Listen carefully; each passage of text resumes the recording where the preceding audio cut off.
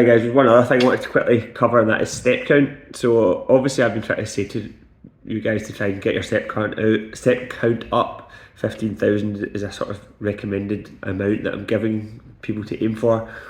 But after a few conversations, again, I always try and listen to conversations, listen to people, and consider their perspective and their life circumstances.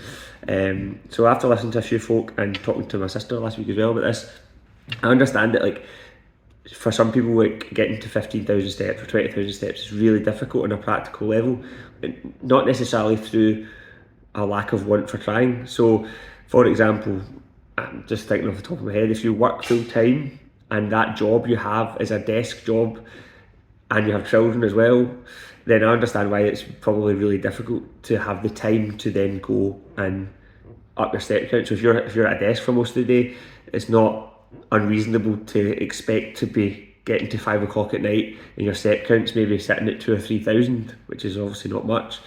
So the thought of trying to get it to 15,000 is just it's a step too far. And I think the risk of having a target, and that's why sometimes I don't like giving it generic targets for that reason. The risk of giving it a specific target like that is it can be quite demotivating. It might leave you feeling a bit flat and I can never do that, it's just not possible. So if that's the case, then don't stress about it too much and don't aim for that amount, just aim to improve it.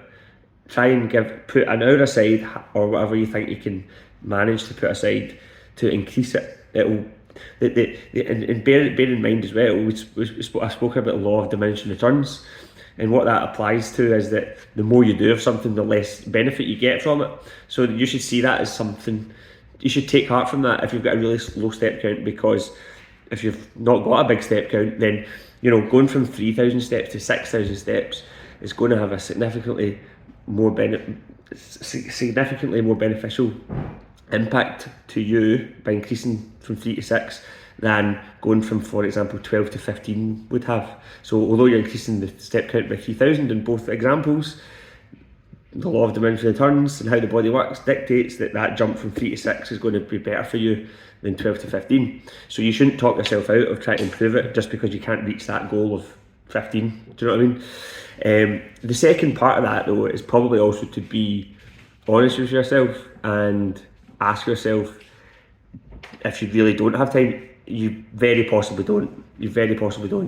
On the other hand, perhaps you just don't want to make the time for it in the evening because, for example, because you've had a long day, you're tired, you want to just unwind by sitting and maybe watching telly for a couple of hours. There's nothing wrong with that. There's nothing wrong with wanting to do that, but you also have to accept, therefore, then that's going to have those habits will create a certain outcome. Okay, so if you're trying to lose weight, for example, but you're not willing to increase your step count because you're not willing to sacrifice the 2 hours in the evening, then that's fine. But you need to accept that, therefore, that's one reason why you won't maybe achieve the goals you in your head you'd maybe like to achieve. And so it's about trade-offs. It's about deciding what you want and what you're willing to do to get it, and what you think is going to have the more positive effect on you. You might think in your head mentally, no, I need to just sit and decompress after today, and I don't think going out a walk will do me as much good as sitting for an hour and putting on a show or on telly or something to help me switch off. It's up to the individual what they do.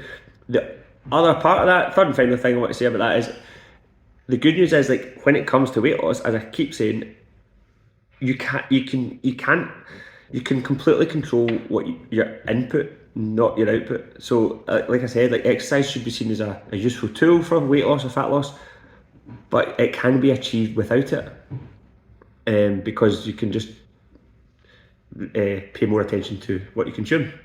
So if activity levels and step count and exercise classes are something that you feel you don't have much time for, that's fine. You can still achieve a goal of weight loss or fat loss purely by paying much more attention to what you eat.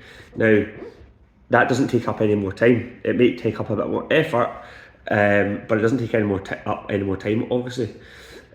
So that's all I wanted to say. So please don't get too downcast or downbeat about the step count. Remember that if you've got a low step count, increasing it will have a big benefit. Even if you're increasing it from 3 to 6,000, for example, will give you more benefits than from someone who's at 10 or 12 and increasing it to 15. Okay, any questions, just give us a shout.